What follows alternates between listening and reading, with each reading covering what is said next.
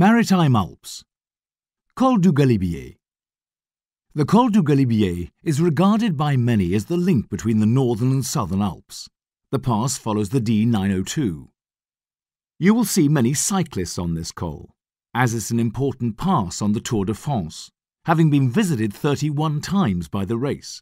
You'll also see plenty more of that telltale writing on the road.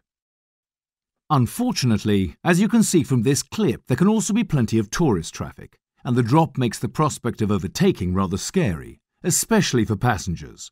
So just sit back and enjoy the scenery, which is spectacular.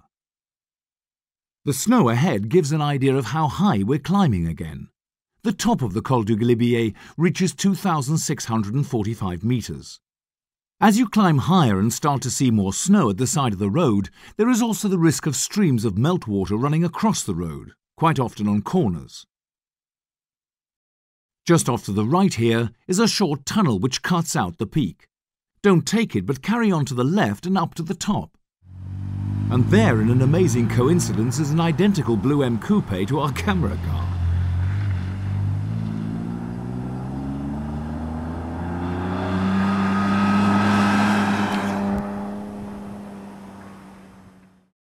Heading southwards, we're now starting the slow descent towards the Col du Lautaret and onto Briançon.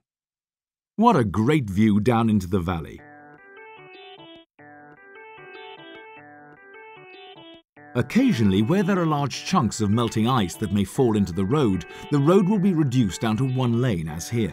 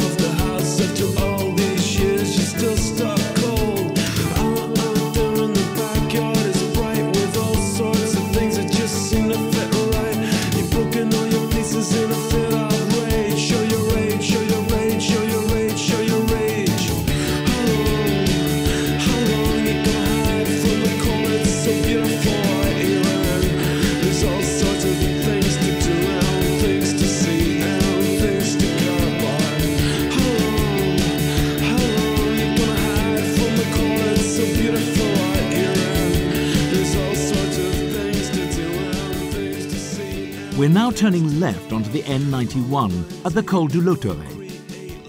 This snow tunnel is 500 meters long. To the left here is the Tunnel de Rive Blanche. And here is the Tunnel des Valois on the left.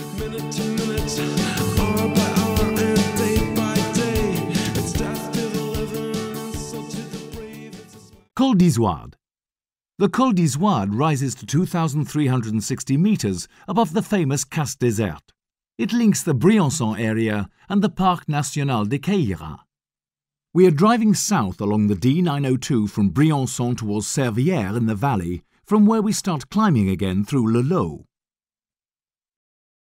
Notice the channel to the right here, constructed to carry meltwater.